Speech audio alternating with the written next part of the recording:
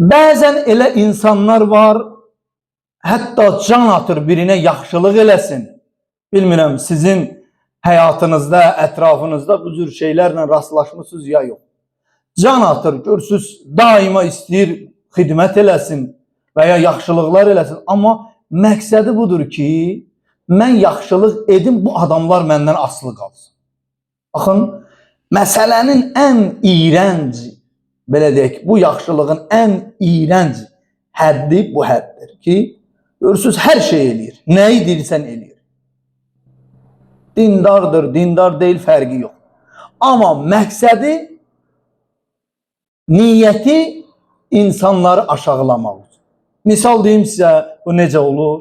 Baxın, Muaviyyə məlun, Allah lənət eləsin. Baxın, onun elədiyi yaxşılıqlar hamısı bu yöndə olur. Hətta hədislərdə var, Əmirul Müminin deyir ki, Muaviyyənin elədiyi yaxşılıqlar sizə zülm və satın almaqdan başqa bir şey deyil. Sanki sənin sözüvi, sənin haqqıvi, sənin qururuvi 5 manat, 10 manat və ya bir günlük, 5 günlük, 10 günlük yeməyə görə və ya bir vəzifə verdiyinə görə birinə bir vəzifə verir ki, söz sahibi budur. Bunun cəmiyyətdə nüfuzu böyükdür. Muaviyyə nə edirdi? Həmən insana vəzifə verirdi, onun dilini o cür kəsirdi. Ona özünə əsir edirdi. Və ya yaxşılıq edirdi. O Allah rizası yaxşılıq etmirdi. Onun məqsədi hətta Nəhcül Bəlağada Əmirul Müminin xütbə dəqiq yadımda qalmayıb.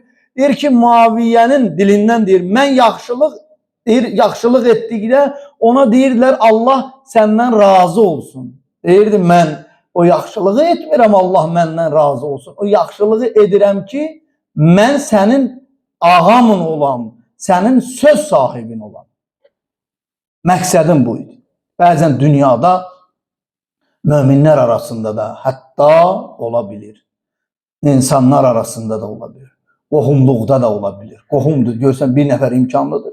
Yaxşılıq elir, amma 10 adam, hətta ailə içində qərar vermək ixtiyarı öz əlində deyil. Filan kəs gərək sözün desin. Deməli, bu insanın azadlığı müəyyən dünya nemətlərinin müqabilində əlindən alır.